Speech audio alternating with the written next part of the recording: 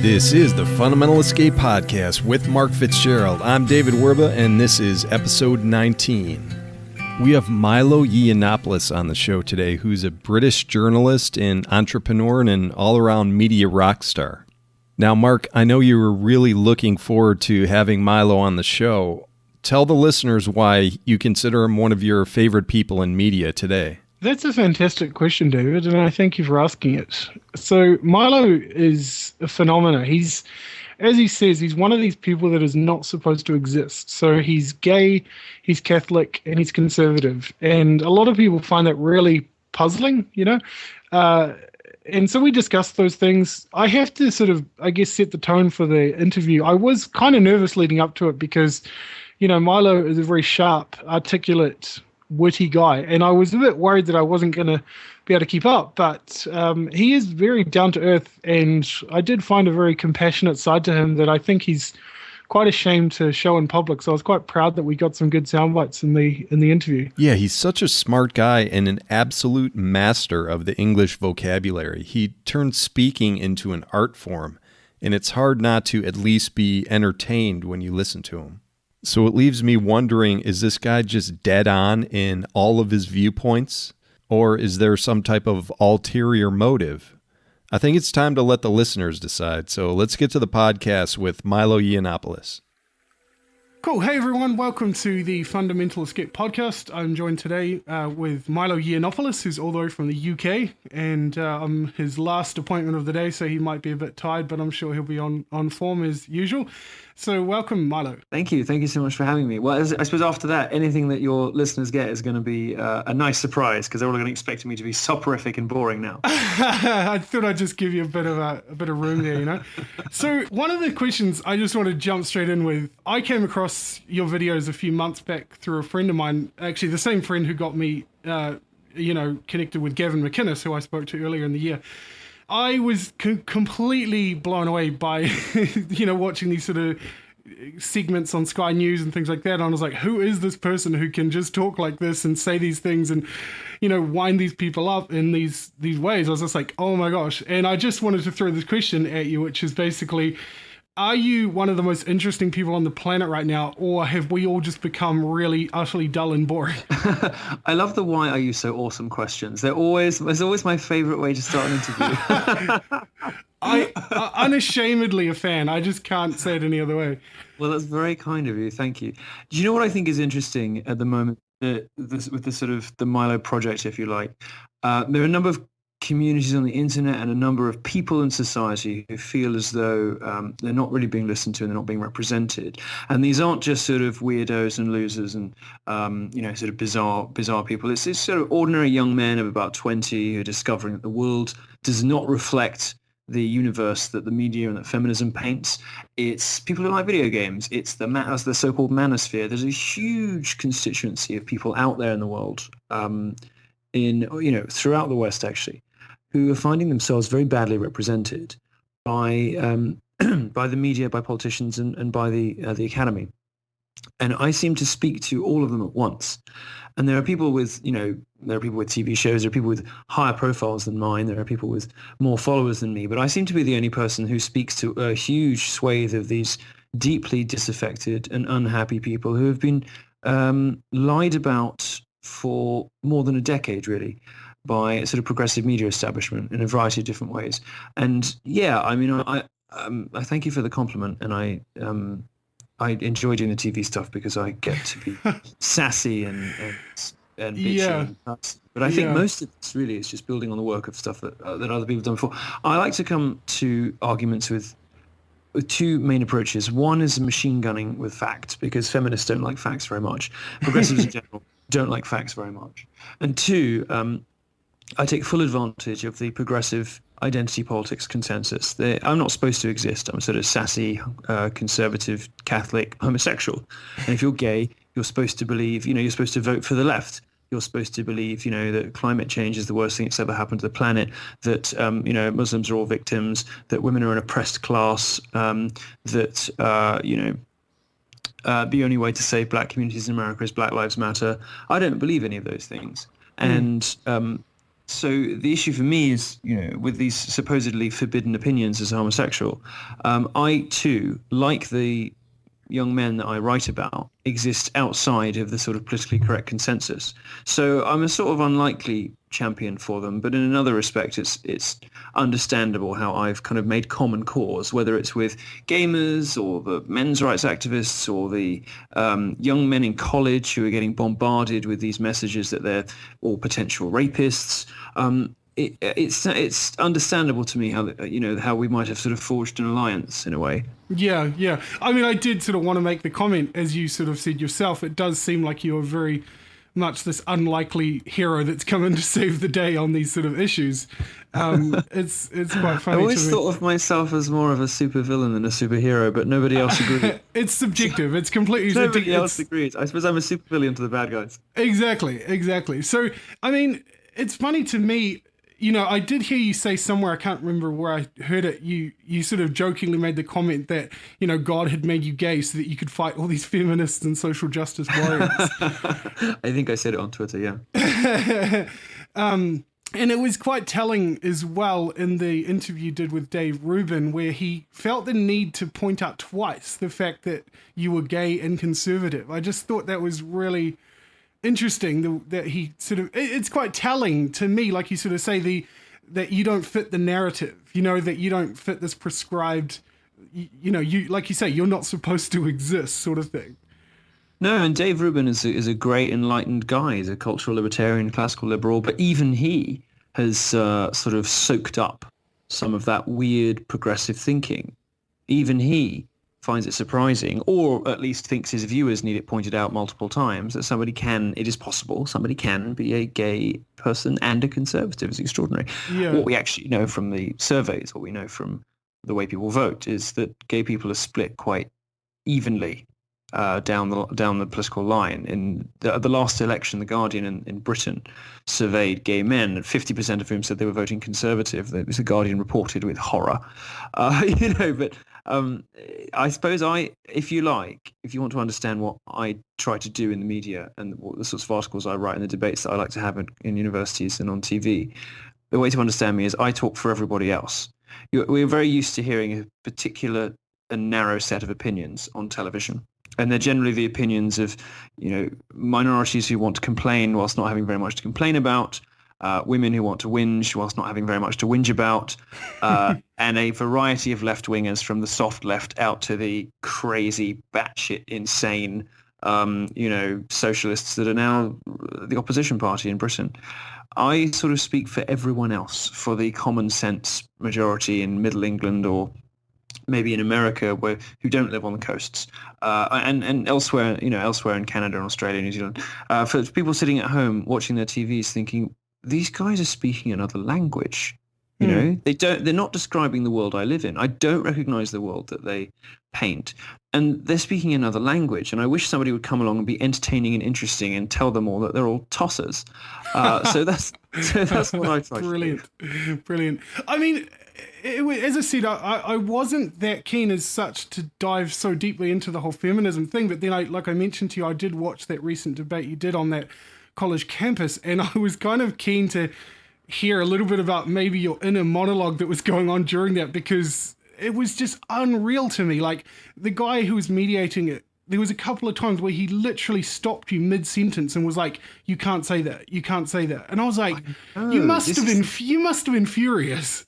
No, I don't get mad, but really? But I do find it entertaining on the. I was just like, if that was safe me, space policy. I had to ask whether it was a violation of the university's safe space policy to criticize the university's safe space policy. Now, in case you don't know, safe space policies on university are sort of superficially designed to avoid anybody getting upset or victimized or becoming targets of harassment. Really, their function is to silence dissenting or unfashionable political points of view, and to privilege certain groups on campus so that they never have to go to a debate or an event or read a book that might hurt their feelings. We have this thing called hate facts, like sort of inconvenient things that are true that you might not want to hear. They're called hate facts. And safe spaces are designed to insulate idiots from hate facts, so they never have to encounter an argument that is different from their own or facts that might contradict the narrative that they have grown up believing. Now, most universities have a set of codes of conduct and safe space rules, which sound perfectly reasonable. They're couched in terms of abuse and harassment and all the rest of it. What they basically boil down to is don't hurt people's feelings, which of course is profoundly anti-intellectual. It is contrary to the entire purpose of education. You come to university to have your horizons broadened, not narrowed. You come to university, especially if you're showing up for a liberal arts subject, precisely to have your feelings hurt and your opinions challenged and your facts questioned. And if you don't want to do any of those things, you've demonstrated that you're not capable of fulfilling the requirements of your course, and you should be expelled. Now, I was subject to this sort of safe space policy. The funny thing about these safe space policies is nobody really knows how to enforce them. Nobody knows what you are and what you're not allowed to say. So I got stopped for saying the word kooky. I said, I said something like kooky liberal dogma. He said, "Oh, you can't say that." And I said, "What do you mean? What did I do now?" I said, "Well, you said kooky." I said, "I can't say kooky." What's wrong with kooky? They don't know what you're. They don't even know how to enforce their own rules because they don't know what their own rules are. All they really know is that if you say something that might potentially upset or offend a woman, you've broken the rules. But they couldn't tell you what those rules actually are. Yeah, it's interesting you talk about not being mad, because I guess when you think about it, it's so laughable. Like, how can you get mad at my that? life is full of laughs. My life is full of such joy. Honestly, I get up in the morning and I'm so happy that feminism exists. I'm so happy that the batty, crazy, it's the yin and yang. Dare I say it, kooky, progressive left exists. Because I don't know what I'd do otherwise. I have so much fun with these crazy people. Yeah. So no, this is why I don't get mad, because you can't lose against them. If you have the modicum of intelligence, you cannot lose because they're so stupid and so uncharismatic, and they and incapable of understanding logic and reason.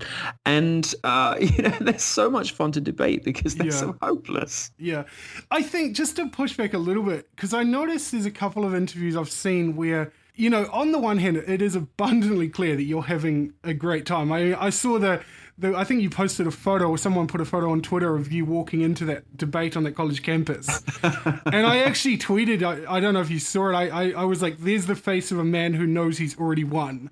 I never missed a tweet of yours. Of course I did. I was like, it's incredible. But there have been, I think there's a UK TV show where you sort of debate these big ideas or, these questions. And, there was a clip I saw recently where you could see there were some issues that were coming to light that, you were talking about things like the male suicide epidemic and things like that. And there is clearly an element, to me, it seems, of genuine empathy in what you do, as well as having a great time. Oh, well, I won't claim for a second that I'm not sincere in what I'm doing. And in fact, I toiled in the wilderness for many years, not being very fashionable, not being very popular, when I was talking about stuff like this and sort of the silliness of feminists and all the rest of it. I was a bit before my time in that respect. I was writing, whatever it was, 2008 for the Telegraph newspaper, men are better at some technology jobs. What's the big deal? Why should we apologize for it? And it was a bit before its time. Nobody was ready to hear it then. And then there were a few intervening years when nobody really wanted to know. And so I kept on and I carried on. Now seems to be my time. And when I speak sometimes directly to the audience, as I did in my closing at the University of Bristol debate. Oh, that was amazing. That was amazing. Well, it's nice of you to say. When I, you're right, of course. When I do things like that and take a moment to address the audience directly, I'm very often speaking from the heart, and I like to have a lot of fun, and I like to BTFO the feminists, which your readers can Google because I think it's probably too rude to say. And it's hugely joyful, but I wouldn't be doing this if I didn't believe in it, because there are a hell of a lot easier ways to be popular, famous, and wealthy than taking on the feminist establishment. That's about the number one way to make yourself unpopular, unhireable, and untouchable. Now, I seem to have done okay out of it because I've got this nice balance of being sassy, funny, mischievous, and of course being a homosexual. So they can't get me on misogyny. Yeah. They can't get me on sexism because I never shut up about black boyfriends. They can't get me on misogyny. They can't get me on sexism, not really. They Yeah. can't get me on anything. So they try Yeah. their hardest, but somehow I seem to have survived their attempts to discredit me, and my career's doing pretty well. But obviously, I wouldn't be doing this if I didn't believe it. And I think the takeaway from most of what I do, whether it's the video game stuff or the feminism stuff or whatever, is that the pendulum of equality has swung far too far in the other direction, and that young men are in a really bad way, and young men are suffering and struggling, and somebody's got to do something about it because nobody seems to care. The male suicide epidemic is resurgent. Samaritans told us recently that male suicide's back to the levels it was at 2001. Men are checking out of society, retreating into porn and video games, what's called men going their own way, or I call it the sexodus. There are many signs that men are in crisis, and women are going to suffer too if that's the case, because they're not going to have any boyfriends. So there's reason and motivation for us all to fix this, and we are all in this together, and we should all work to fix it together. And my chief complaint is with a sort of man-hating, lesbianic, sociopathic modern third wave feminism that it doesn't seem to be fighting for equality for women. It seems to be, as Christina Hoff Sommers would put it, a sort of female chauvinism. It seems to be female supremacy. And as a gay man, I can say this: I'm not sure what women are better at, but it's certainly not winning debates against me. Yeah, it's a surprise to me that, I'm assuming most of these people know who you are before they talk to you, and it's amazing to me that they still choose to be honest. Well, they don't. I can't tell you because it would be indecorous, but there are so many feminists who refuse to debate me on Sky News and on TV. That's the reason I'm not on TV so much these days, because nobody will go on with me because they're scared they'll lose. Cowards. Yeah. So instead, I have my YouTube channel, and I've got, I get hundreds of thousands of views on that, and obviously my columns go to hundreds of thousands of people. I don't have any worry about my reach and influence at all, with or without the TV. But no, one of the problems of getting me on to debate things is that so many feminists say no because they're worried about losing. For the people like Rebecca Reed who don't have much of a media profile, it's not too much of a risk, because if I beat her, it doesn't really matter, because nobody knows who she is, and it's fair enough. You got beaten by Milo, no great humiliation. So does everybody else. Then again, if they hold their own, or even if they beat me, that's a huge. It's a huge benefit. It's a huge benefit to them and to their profile. It's a huge professional notch on their bedpost if they manage to beat. Now, of course, so far none of them have, but that's why very often the feminists who agree to debate me are quite junior, and the people for whom it would be a huge, blistering humiliation if I embarrass them on national television won't come anywhere near me. Yeah. It's interesting, I guess, just to sort of back up a little bit, for those who aren't sort of familiar with some of the terms that get thrown around. For example, the term social justice warrior, that was kind of a new term for me to hear. Like, can you sort of unpack your definition of what a social justice warrior is? Yeah, of course. People are divided particularly on the internet, but I think in life generally, more by authoritarianism and libertarianism than by left and right, or by religious and non-religious, or by any ethnic or sexual boundaries. The way I choose to describe how people are different is that there are people who want to run how everyone else lives, the sort of bullies, nannies, pearl clutchers, and they might be from the right or from the left. They may be the old religious right who don't like homosexuals and want to, stop and hate video games and all the rest of it. Or they could be from the modern progressive left who believe in the sort of cult of diversity at all costs and these weird quotas, and don't realize that a lot of what they're doing is actually destructive to the minorities they claim to be helping.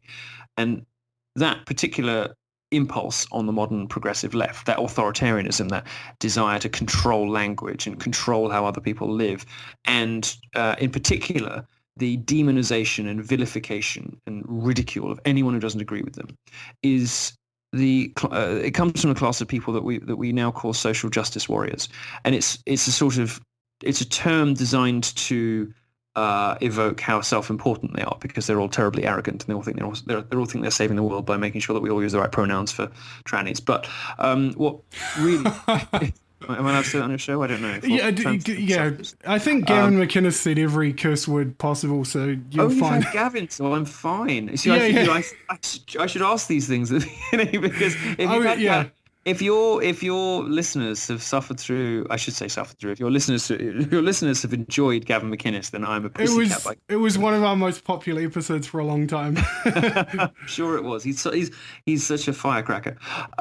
Anyway, so these people who want to sort of stomp their feet, control how other people live, bully, demonize, and ridicule anyone who doesn't agree with them, these are the social justice warriors. And if you've ever been told that your language is problematic, or you've ever been told that you're saying something that could be really offensive to certain minorities, even if those minorities aren't anywhere in the room and aren't anywhere nearby and are likely never to hear you. If you've ever been corrected about a weird and obscure gender issue, or told that you really ought to say that Caitlyn Jenner is stunning and brave, even if you don't think that she is. If you've ever wondered why Vanity Fair will post pictures of overweight women and congratulate them for being so brave, then you have come into contact with the phenomenon of social justice, and the social justice warriors being the primary scourge in our culture these days are the people that Gavin and I and others like to poke fun at and occasionally show up and trounce in debates too.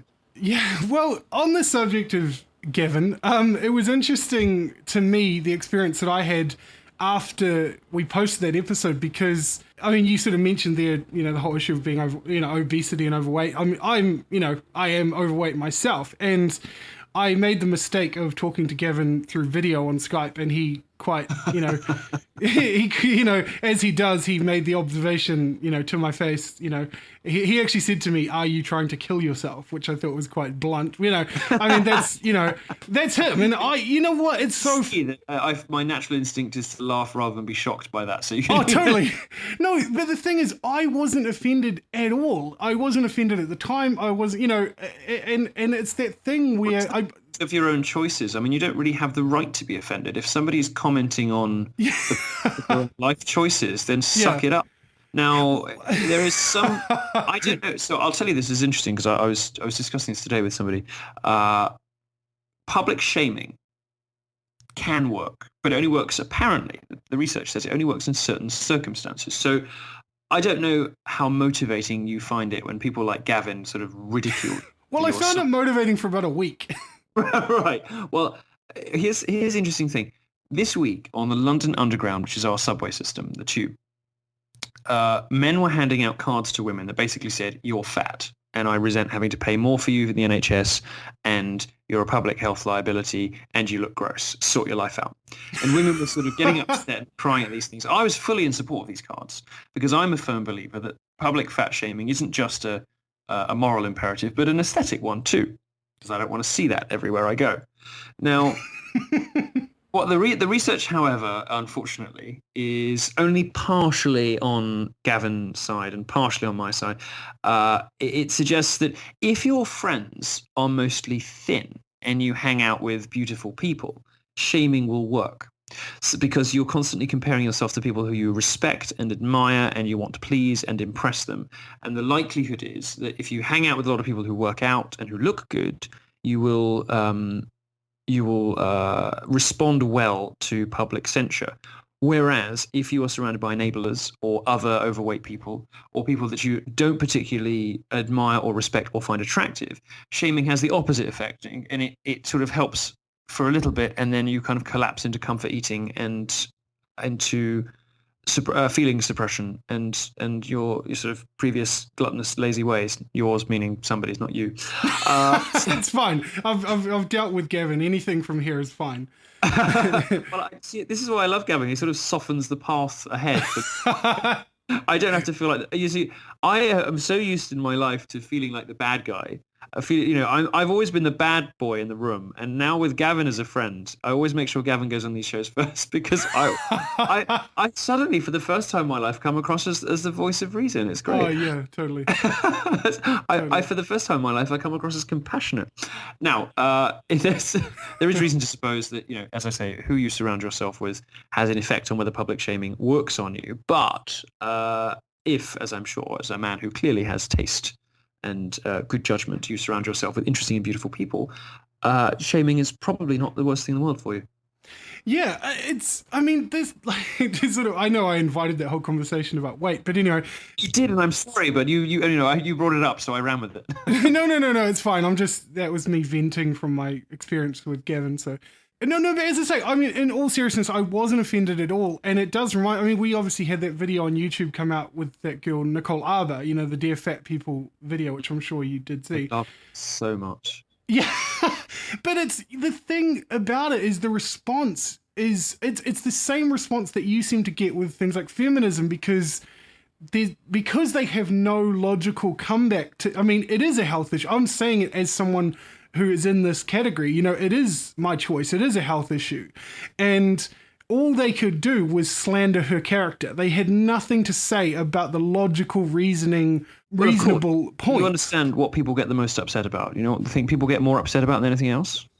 The truth. The truth. Yeah. People get upset about things that are true, that they can't deny or debate or challenge because they really don't have an argument. So they retreat into the ad hominem, they retreat into insults and slurs, they try to discredit the speaker by digging up things about their past or calling them names. This is what the left does. They call you a misogynist or a bigot or a racist or a sexist because they know these allegations are career ending and they know that they're scary and they know that most people, if they can be sold on the fact that somebody is a bigot, will not stand around to hear what their arguments might be. So they try to discredit anything you might have to say with these sorts of tactics. As far as offense taking goes, I've never been offended. I have, in fact, never been offended. I think I might be the only person alive who has never been offended. I think I don't know anybody else who can claim that. But I don't understand. I don't know if it's something wrong in my head that I wasn't born with, which has made me good at this job. Something that I don't have that other human beings have, but I just never felt offended, and I don't understand what it is. I have never felt this instinct to get upset because somebody said something true. I don't know what these people, I don't know that the feeling is that these people are describing when they say they're offended.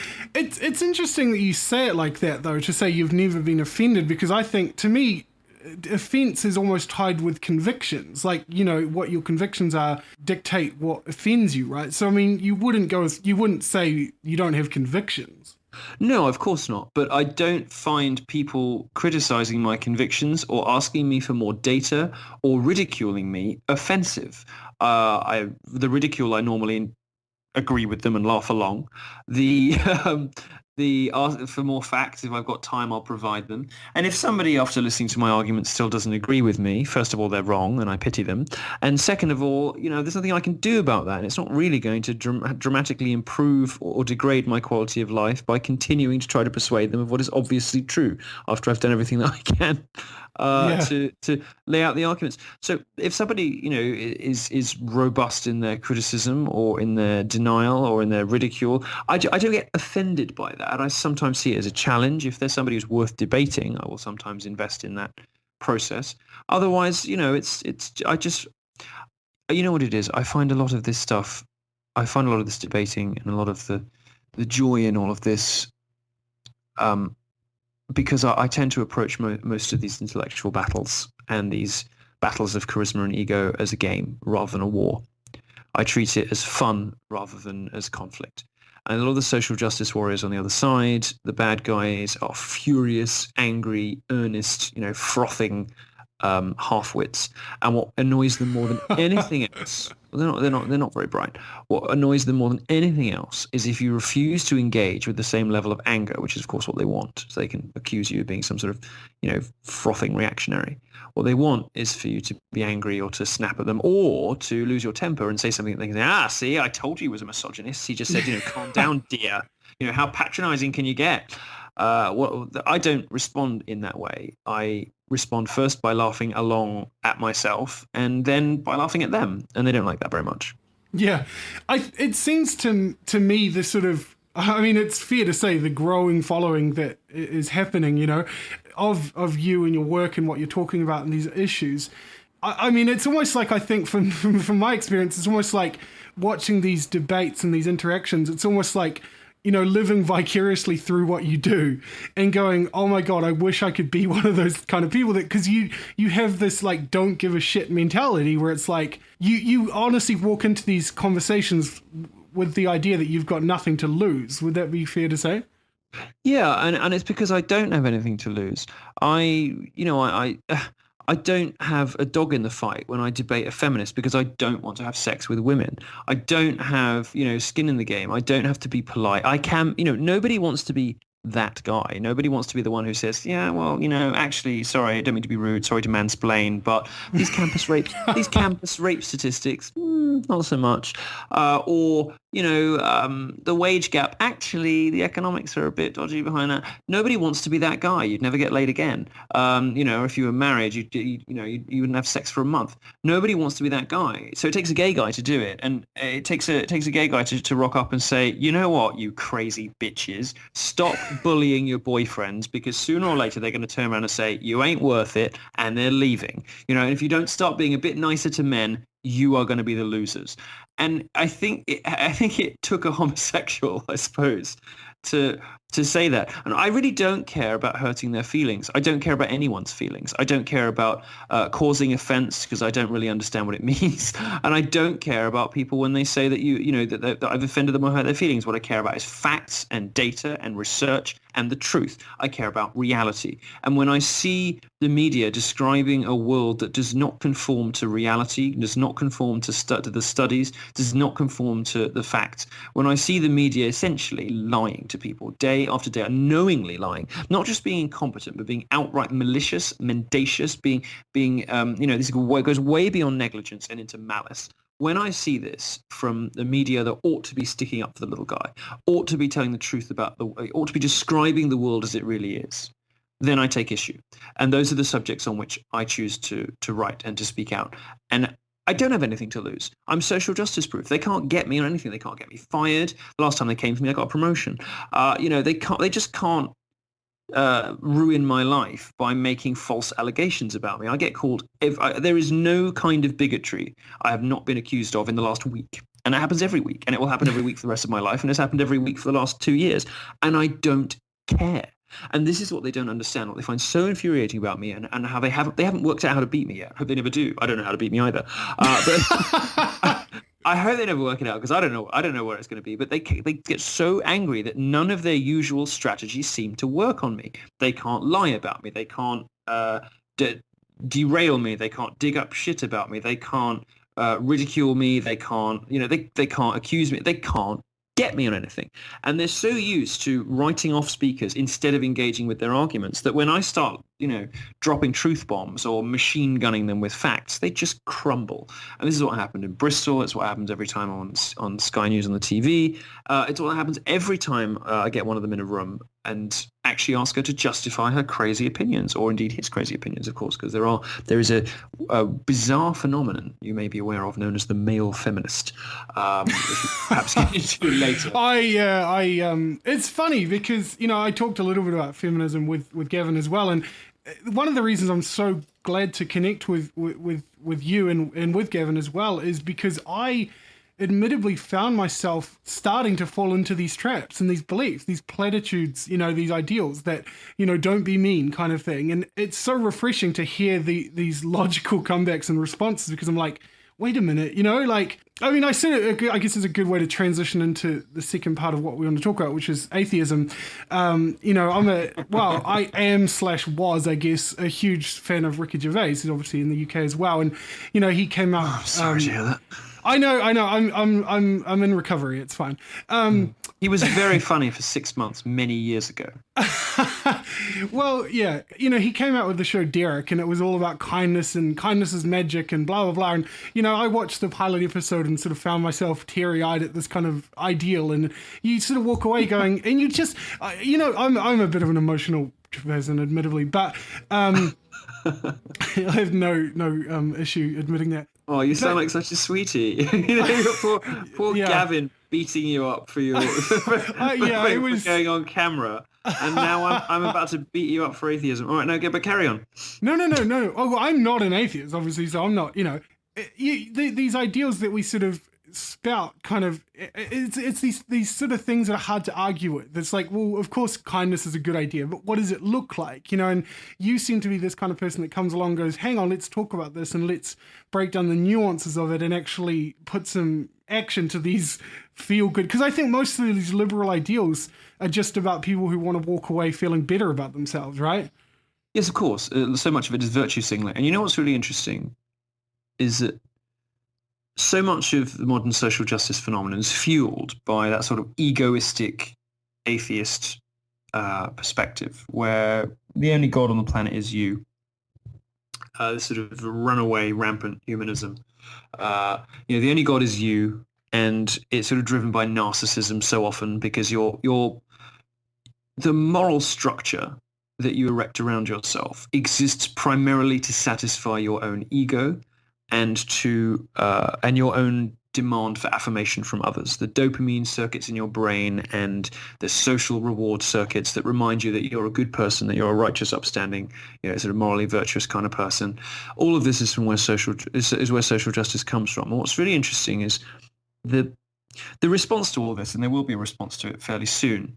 The backlash against, the racial grievance politics in America, against the feminists on campus, against social justice warriors of all stripes, is going to be a uniquely Christian response. It's going to be it's going to be a move away from arrogance and that cult of the self and the sort of arrogance of the social justice lunatic, back to a more Christian humility and openness. It's going to be a move away from the sort of furious ignorance of Black Lives Matter protesters and into compassion and love. And it's a very interesting sort of thing that's happening now as you start to see people sounding like Christians, even if they don't realize they are, as they try to struggle through their objections to social justice, or they try to explain to you what they find objectionable about campus feminists, and they begin in the language that they use, which is about intellectual humility and compassion and searching for truth. They sound remarkably like people of faith, even if they wouldn't describe themselves like that. Yeah. It's funny. I think it was with Dave Rubin, you sort of described atheists as thin-skinned and easy to wind up. And that was funny. They're the best. It was so funny to hear you say that because I grew up in a very religious environment, which was a world where there was this sort of this underlying idea that atheists are completely logical and reasonable, and that it was almost just intimidating that they were on this higher level than us, and then someone like you comes along and goes, oh, they're just you sort of just laugh them off, and I'm just like, they've no look. People, these are sort of professional atheists, like Reddit atheists, the militant type of atheists.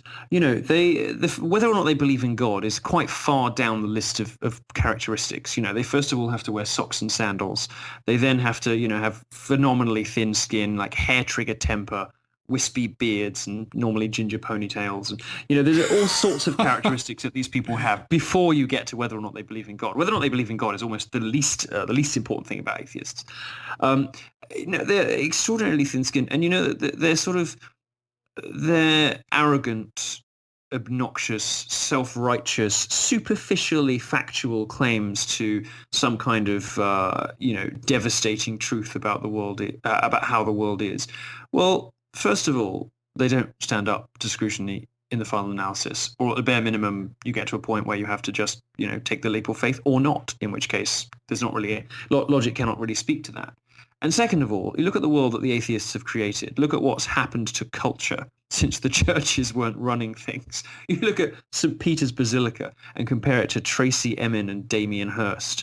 You look at the glories and wonders of Islamic architecture and compare that to, abstract expressionism, much as I like Rothko on occasion.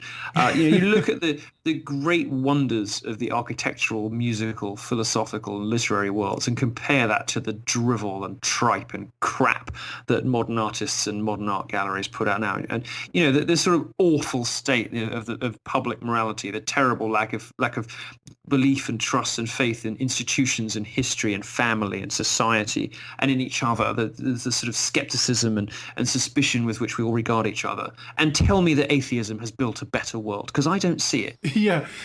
It's funny because I've sort of heard the sort of argument put forward that, and I've experienced it to be true, I think, in that in atheism's absolute rejection of religion and focus on religion to sort of deconstruct it, what it's ended up doing essentially is mirror it, like to emulate it. Of course. Well, there's nobody more dogmatic than an atheist. Yeah, right. It's really funny. So, quick story about an experience I had with an atheist online. So, as I say, grew up very religious. I was actually involved with, this is how kind of zealous I was. I was involved with street, preaching and, actively trying to convert people to Christianity. And I came across a guy, he's an atheist who calls himself a street epistemologist. So, what it essentially is, another word, he's trying to convert people to atheism, essentially. So he goes out with his little camera and he interviews these people, and he sort of asks them these very, what he deems as open-minded questions, which in reality are completely leading questions. Like, he's like, on a scale of 1 to 10, how confident are you in your beliefs? And he's sort of trying to trap them in this kind of corner sort of thing. And it's really, I actually told him through Twitter, I was like, this is cringeworthy to watch. Like, it's, he's trying to come across as like really open-minded and, and again, this whole sort of ideal of like, oh, we're critical thinking and logical and reasonable. And the moment I started disagreeing with him and challenging what he does, he just completely shut me down. He's like, oh, well, I don't think this conversation's going anywhere, blah, blah, blah. I was like, wow, cool. Like, for someone who's trying to get other people to be really open-minded, yeah, good way, good way to Aren't they proselytizers? Aren't they? They're like missionaries, atheists, aren't they? They're determined to convert you. Literally every criticism they have ever leveled at religion is more true of them, whether it's dogmatism or blind faith or the need to convert or the damage done to society, and everything that they say about religion is more true of them. They are thin-skinned, hypocritical weirdos. And look, I don't mind if somebody doesn't believe in God. Frankly, I don't care. But when they turn into the this sort of, maybe I should care, I don't know. I probably should care. I should be out there on the street. I think subconsciously you do, but well, I probably do. But don't tell anyone. Maybe I should be out on the street with leaflets and a megaphone, but it's not my style. I prefer YouTube. But I sort of don't care if somebody doesn't believe in God or not. It's but what I find endlessly entertaining is when you sort of do a little 5-minute segment, as I did with Dave Rubin, maybe 8 minutes, saying, basically, atheists are so thin-skinned. I mean, aren't they just funny to wind up? And then you get in the comment sections, how dare you say we're thin-skinned? Yeah. Oh, that's amazing. This is typical sort of religious bigotry. How dare you say we're thin-skinned? And I just... There is so much irony in that. There's a lack of irony there, unseen since the height of the religious right in America. Yeah. There is a lack of self-awareness there, like I've never seen. And I just find them very funny, very angry people who, you know what it is. I've read some studies on this. And many of your listeners will find this offensive, but as we've established previously in the show, I couldn't give a shit. You give me license to swear now. You told me Gavin. Oh, go nuts, go nuts. You see, I'm not going to drop the C-bomb on you, but there may be some Fs coming. No, I'll try to avoid them. I'm sorry. I've lost my thread. What was I going to tell you about? Oh yes, I've seen some studies that show a high degree of correlation between autism and atheism. So if you're the sort of person that can't really relate to others, you might be quite smart, but you don't really understand feelings or emotions or how to relate to other human beings, you're far more likely to be an atheist. Now, this rings very true to me. If you look at how religious people behave, the sort of communitarian, so the parish aspect of worship, the whole concept of the congregation, the way in which religious people tend to look out for one another, look after one another, back one another up. There's a wonderful, strong sense of community in almost every religion is about community, and is its secondary or tertiary tenet is about the flock, the faith, community, whatever. And it's not surprising to me that people with autism or on that spectrum somewhere retreat into atheism because they don't understand other people, because they can't wrap their heads around the compassion and empathy and love that is required for faith. So in a sense, not for all people obviously, but in a sense, I think there's a large proportion of atheists are really only atheists as a function of a psychiatric condition they have, which is that they can't relate to other people. Atheism, according to that reading, is a sort of brain disease. You can't relate to other people. You don't understand human emotions. You have to learn them like a sociopath. And you sort of retreat into atheism because you see no value in altruism or compassion, love, community, or understanding with your fellow man. Well, yeah, of course, you're going to retreat into this dull, lifeless, pointless, anodyne, ugly, empty, vacuous creed of atheism. I would love my podcast to be like bigger right now, so that some news media would pick up on that line you just said, that Milo Yiannopoulos says atheism is a brain disease. Well, if you let me embed this, I'll write a column about it. And please do. I think that that could be a bumper sticker. So yeah, I guess winding down a little bit, talking specifically about, I grew up in the Christian faith, and there is obviously this sort of, similar, again, I'm not huge in politics and things like that, but there is this sort of left and right conversation going on within religion as well. This, liberal versus conservative and whatnot. And, I've sort of, it's funny because with people like yourself, I've sort of had to rethink a lot of these, when the whole sort of gay marriage thing was passed in America, I was like, oh yeah, I've got a couple of family members who are gay, and I was just like, oh, good for them, they can do what they want, and stuff like that. And then you kind of get someone like you come along and kind of question it as a gay person yourself, and I'm just like, wait a minute, like maybe I haven't actually thought about this at all. Well, I'll tell you what's going on.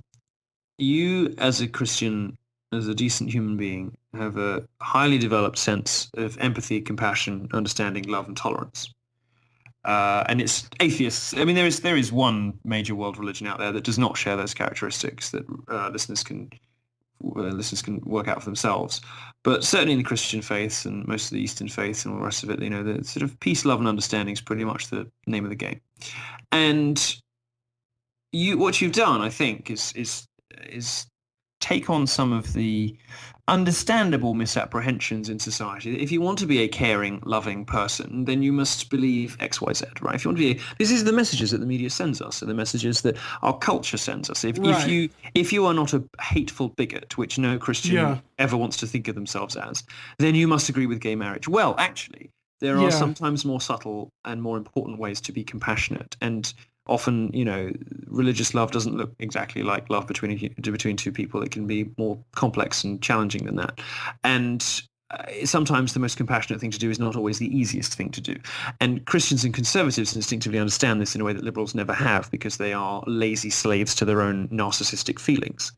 But sometimes it's not easy to do the right thing. It's more tempting to do the flattering thing that's going to get you congratulations from your peers. And when the media is so uniform, and all of the messages we get from culture, from the academy, and from the media all tell us that that route A is the route to compassion, and route B is the route to hatred and bigotry. It's easy even for Christian folk to wander down the wrong alley briefly. So I understand completely how this has happened to you. But a little critical thinking and a little perspective can sometimes make you realize. I mean, with this Gamergate thing I've been reporting on, the sort of these evil sociopathic feminists beating up on guys who just want to be left alone to play games. And there's no evidence that games make you more violent, make you more sexist. They're perfectly fun, cool thing to do in your spare time. My older brother plays video games. What they do is make you boring. Well, I mean, it's maybe no bad thing. At least it doesn't turn you into a feminist. But this sort of the easy thing to do is to agree with the feminists when they say these games, have negative stereotypes about women, unhelpful depictions of the female form, that they encourage boys to be, to be sexist and misogynist, and the easy and what feels on the surface like the compassionate thing to do is to agree with them and to say, well, yes, of course we should treat women better, because everybody wants to treat women nicely, because nobody wants to be an asshole. But actually, those things are based on lies. And in fact, the real victims aren't always who you think they are. And a little bit more critical thinking and a bit more application of the sort of rigorous critical process can reveal things to you about what the media is telling you that will surprise you. It's interesting to me because I mean, I've recently had two sort of prominent authors that I really kind of respect. Both, like, one of them sort of casually identified as a feminist, and the other just recently interviewed someone on their podcast to do with Black Lives Matter, and I was like, are you kidding me? Like, I was like, oh my gosh, like, and it reminds me of what you talk about, this whole sort of narrative over fact idea that liberals just buy into, the, like, you know, like you say, you know, with the whole gay marriage thing, for example, like, oh, you know, how can you say you're a loving, kind person and be against gay marriage? It's this narrative that you, like you say, it's A or B. You can't, there's no nuance, right? Well, they set this up for you on purpose because they want you to fail. They want you to fall totally in line with the acceptable public prescription of what a good person looks like. And if you deviate from that path, you are a heretic and you must be burned. It's very interesting how closely mapped on to the worst stereotypes of religion the social justice phenomenon is. If you look at white male patriarchy, for example, the idea that that straight white men today have to pay for the sins of their ancestors. Well, does that sound familiar to you? Because I seem to remember something about that, and it's called original sin. And I'm fine. I'm a Catholic, so I should be okay with it. But it's remarkable in both the ritualistic aspect and also in just how the belief system is structured, how closely onto, as I say, not any real religion, because religions are compassionate and loving and social justice isn't, but onto at least the worst stereotypes of religion. Yeah.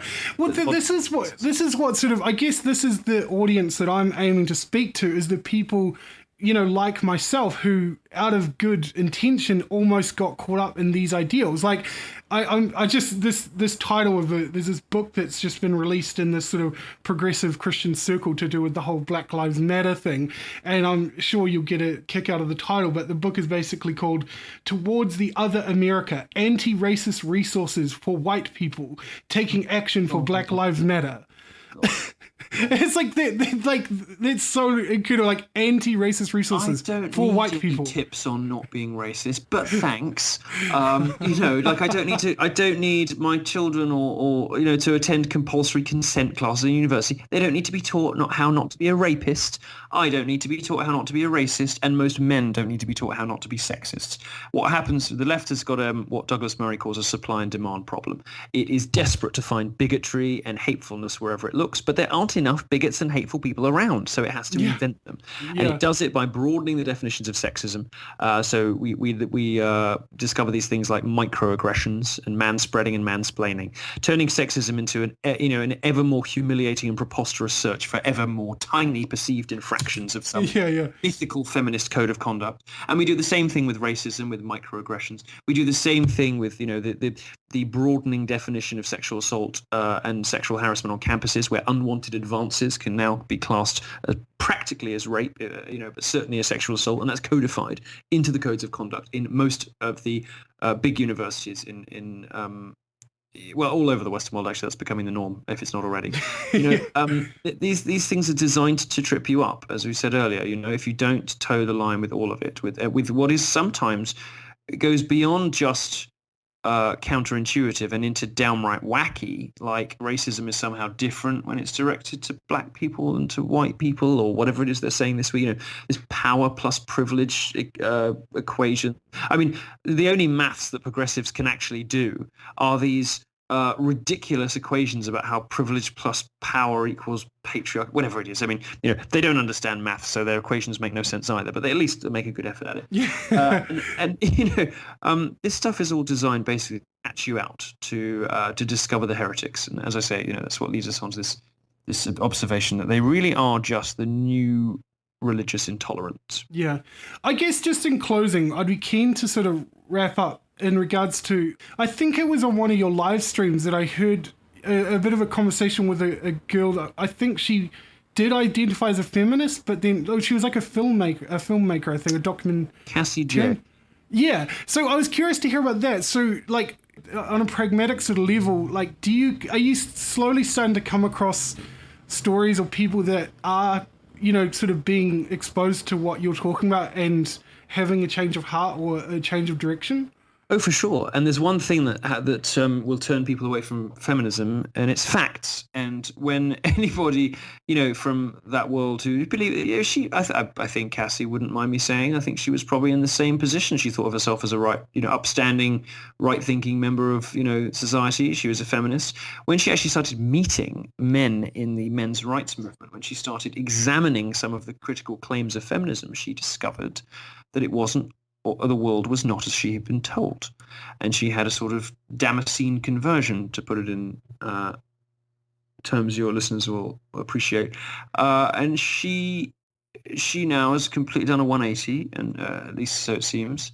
She wouldn't describe herself as a men's rights activist, I'm sure, but she certainly sympathizes with very many of their complaints. And I'm not a men's rights activist. I'm not going to stand here and stick up for those guys. Sometimes they're not particularly pleasant. Sometimes they're great, whatever. But the point is that she is, strayed from the path of feminism. And as a result, just like, intolerant religious people from all periods in history, she has been ostracized from the church. She's been excommunicated from feminism.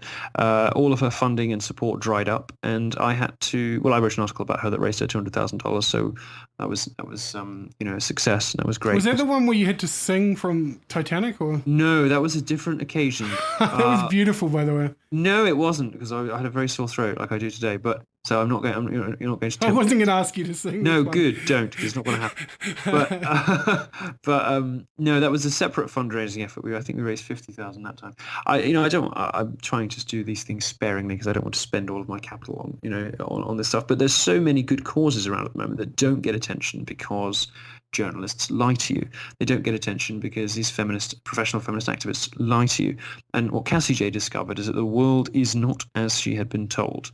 And she now is putting the finishing touches to a documentary that is going to enrage and infuriate all sorts of people on the modern authoritarian progressive left, which is, I think... It sounds amazing. Well, whether you give a shit about gender issues or not, I think that's cause for celebration, because it's about time somebody spoke back to them. Yeah. So I guess just sort of in closing, what's next for Milo? What's happening in your world? Like, are you writing or doing any traveling or speaking or? Yeah. Where do we find you? Where's the best place to go? Like the gay Blofeld.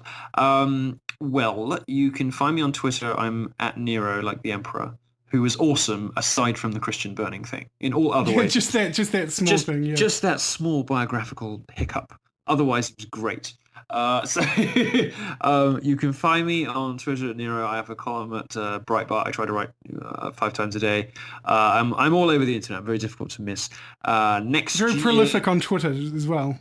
I am. I'm on there all day. It is the best and worst thing in my life. I do wonder what else you do sometimes when I see how many times you retweet things. Well, it's sort of always open, I'm sort of always batting backwards and forwards. And because I work such long hours, it looks like I don't do much else. But of course, I get lots of other things done. Next year, I've got a book coming out, about video games.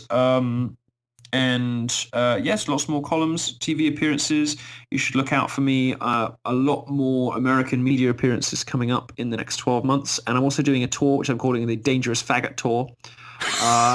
Beautiful. Well, you see, I keep getting banned from university campuses, so I've decided that I like to post this picture of me in Beverly Hills with champagne and cigarettes in a embroidered purple Ralph Lauren shirt, sort of laughing in very. I know the picture you're talking about. Yeah, and I like to, when they ban me from university campuses, I like to say, "Who will protect the students from this dangerous faggot?" Just to sort of humiliate and embarrass them, and to remind them that they're not banning an IRA leader, they're banning some gay dude who doesn't agree with feminism.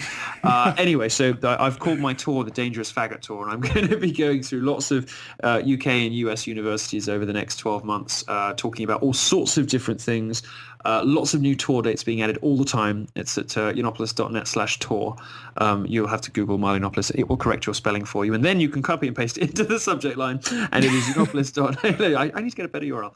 It is yiannopoulos.net/tour, or you can probably just Google Milo Yiannopoulos Tour, and you will discover some of the dates that have been announced so far, many more dates being announced over the next couple of months for next year. So I will, if you are in North America or Europe, I'm probably coming to you sometime soon. And down in lovely New Zealand and Australia, you may have to wait till the following year, but I'm sure we will see you at some point.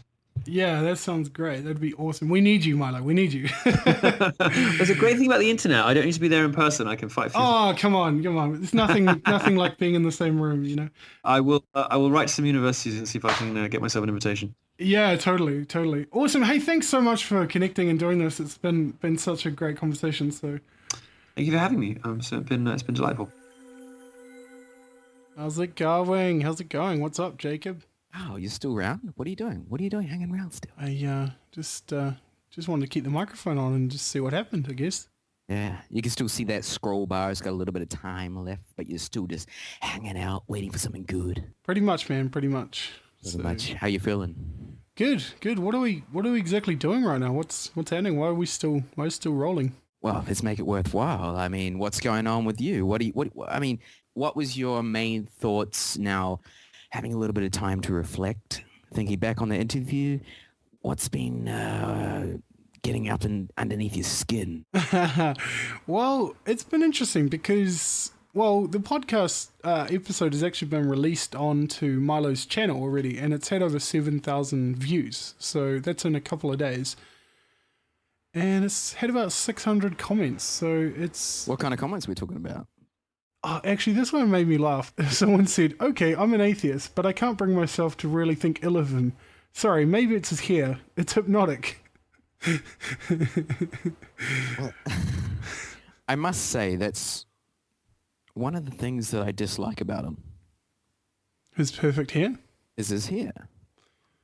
Yeah. This jealousy, man. Jealousy manifests in many forms, man. Many forms.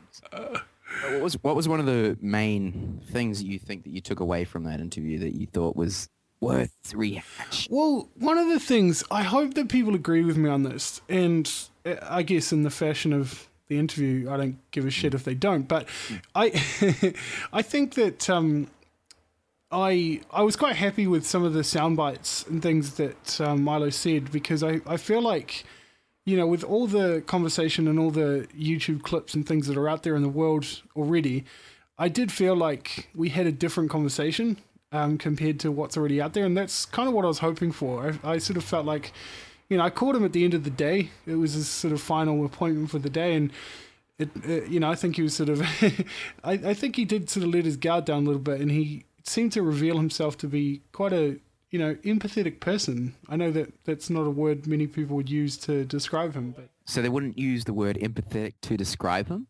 maybe they would use some of that word, like the last half. Oh, pathetic?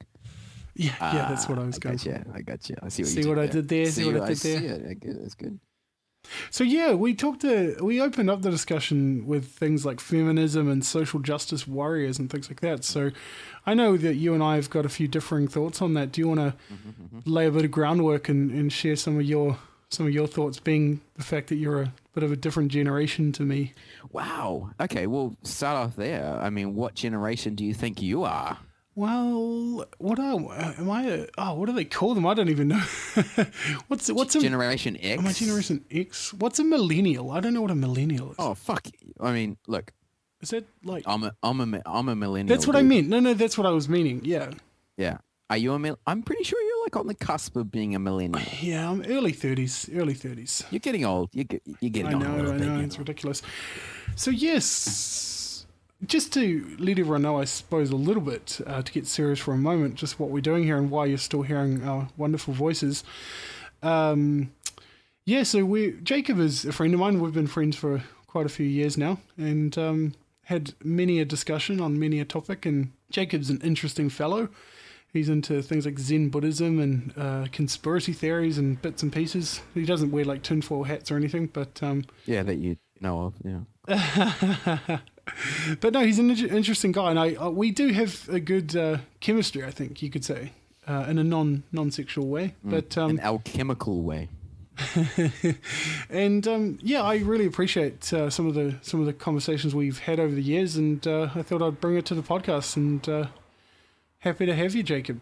So we're going to be chilling back for, I guess, the next 20 odd minutes, maybe. Yeah, let's just see where it goes, man. See where it goes. Yeah. So feminism, that's always a big topic when it comes to Milo. He's pretty adamantly against the idea of modern third wave feminism.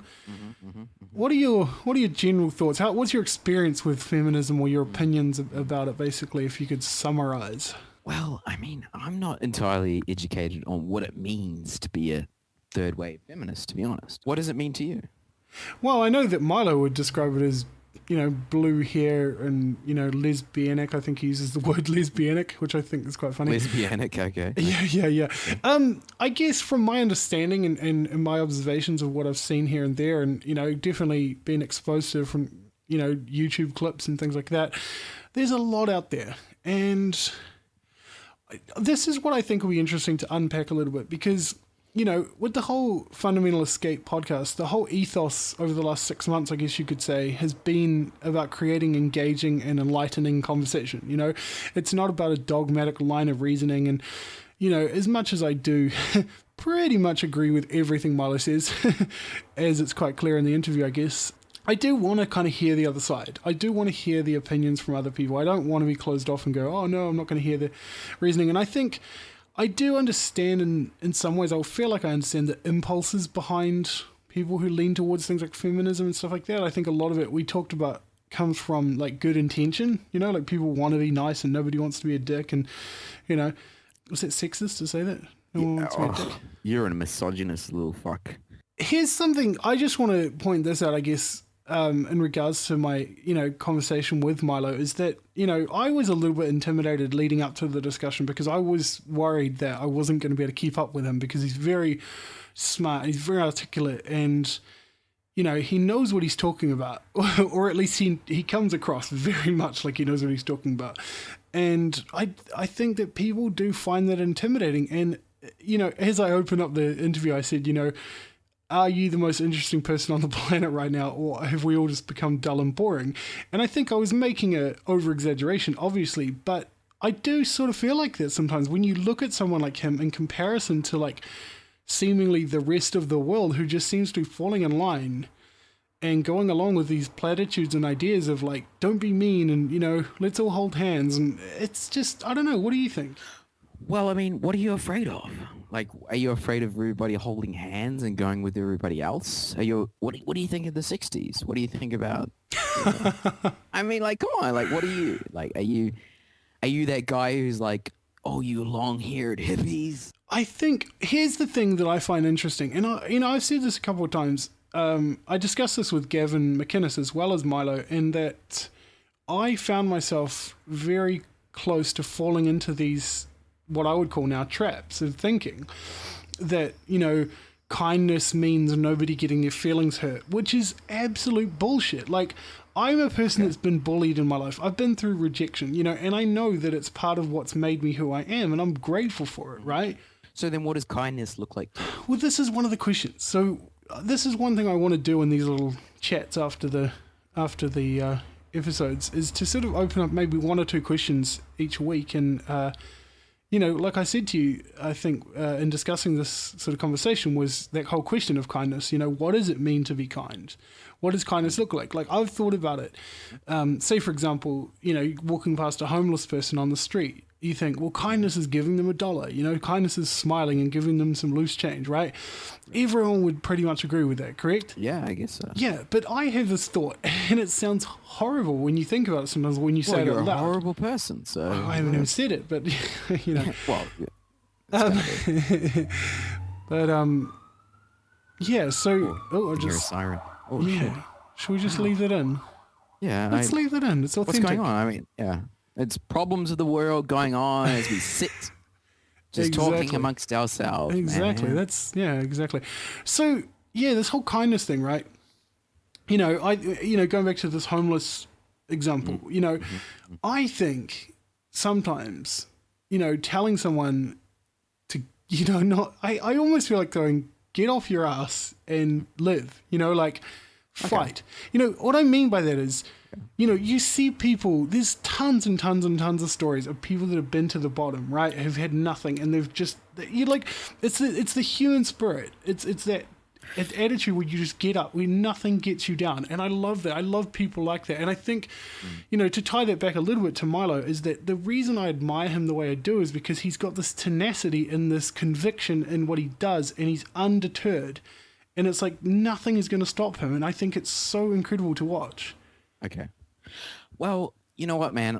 What I think about that is we all admire the hero's journey. We all admire that tenacious, powerful, heroic figure who stands against all odds because of the very fact that it is not common. So I worked on the street, right? I worked helping out homeless people, feeding. I don't like to say feeding homeless people, but we were hanging out. We were hanging out, man. We were giving them a sense of community. We were hanging out, and one of the biggest problems that I found was family. They didn't have a sense of family, right? What I'm saying is that a lot of people don't give enough credit to external actions and things like that. Like, you know what I mean? Like, external things have a fucking profound effect on the individual.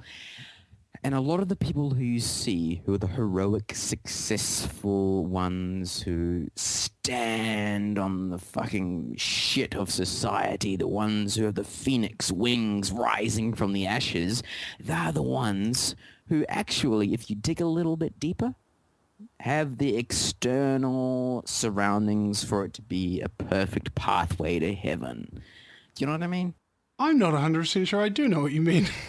Okay, so in other words, I'll rephrase it as...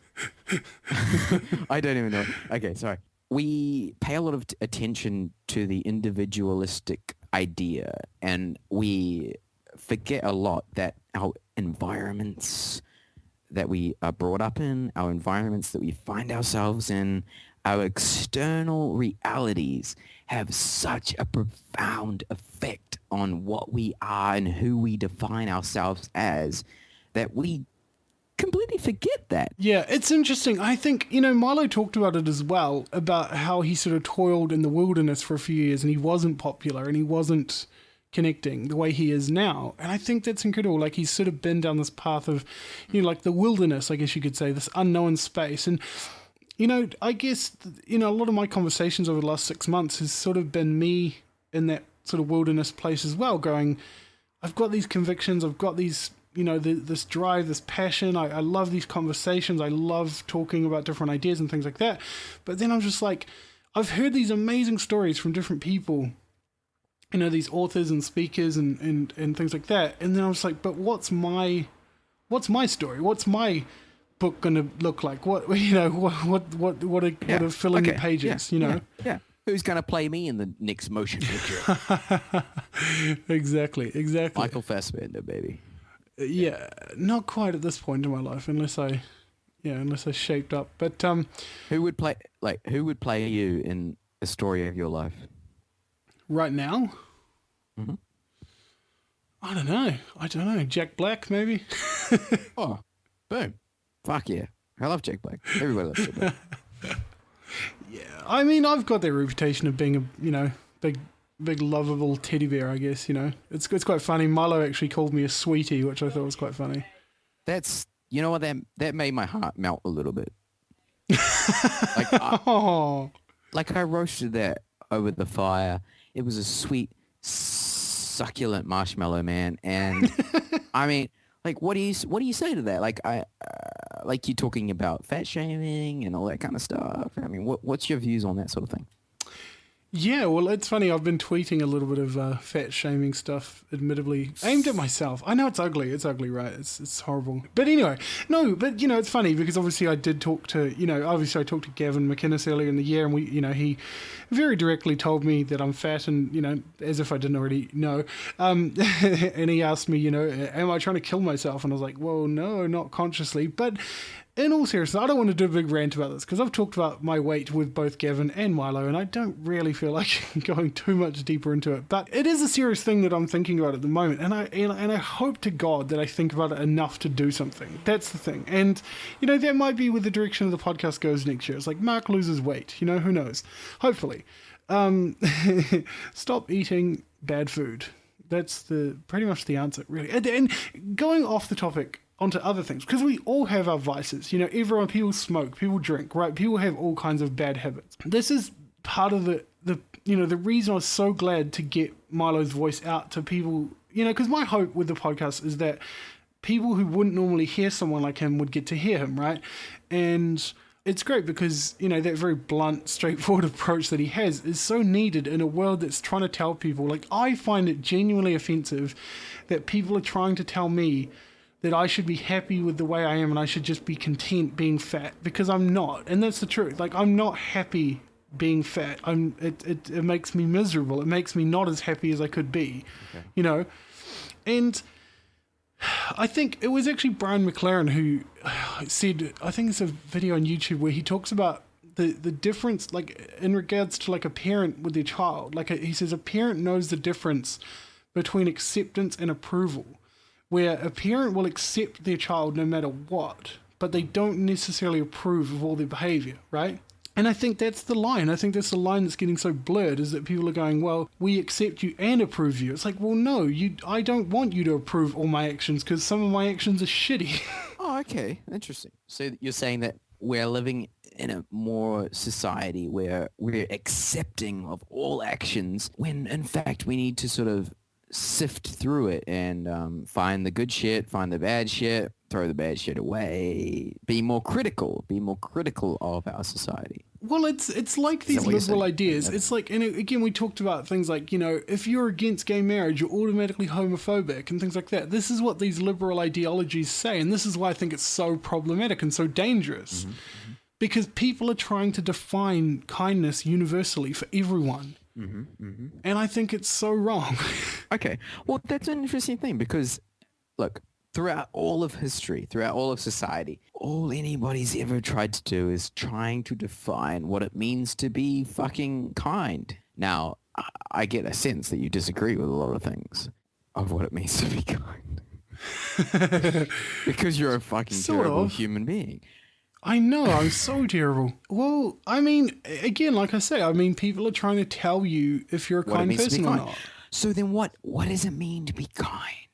What does it mean to be kind? Yeah, what does it mean to be kind? Good question. Well, I think it is a relative term, really. I mean, it's, one person's kindness can be, another person's cruelty. Yeah, I just think it's so ridiculous, these sort of people that are trying to tell you how to live and to try and tell you if you're a good person or a bad person, Okay. It's like these issues like abortion or gay marriage or whatever it is. It's like you have to fall in line. You have to fall in line with these ideals or you're out of the category of being a good, kind person. Peter Rollins talks about this idea of these ideas of like, I should be a kind person. I should care about this. Or, he used the example of, it's a funny example, he used the example of chickens, like the treatment of chickens in cages and stuff like that. And he's like, oh, that's horrible what happens. It's horrific and, it's terrible. And we should care. And we try and tell ourselves that we do care. But he says, sometimes the first step to giving a shit about something is admitting that you don't give a shit about it. He goes, the first step to caring about a chicken is admitting that you don't give a shit about a chicken. It is that whole sort of ignorance is bliss idea where we do just want to go along with our lives. I do. I don't want to know that these things exist. I don't want to know. I just want to live my life. I want to have fun. I want to have a laugh. I want to not be so serious, But these things are happening in our world and it's like, I think of things like, obviously the recent events in Paris and even more recently different things in America going on and the impulse is to kind of bunker in more and secure things down and get more guns and get more, security and, fight back and, let's just fight fire with fire sort of thing. But I think I don't know, I just think if we can't keep our sense of humor and if we can't keep laughing in the face of fear and keep our joy and keep, just Oh, yeah, If we can't do that, bro. if we can't keep our sense of humor and our wit and our sarcasm, and if the world loses people like Milo, if I can bring it back onto him, then we're screwed. Because what's the point? You know, the world is just completely boring without all that stuff anyway. Okay. So you know what I mean? So Milo is savior.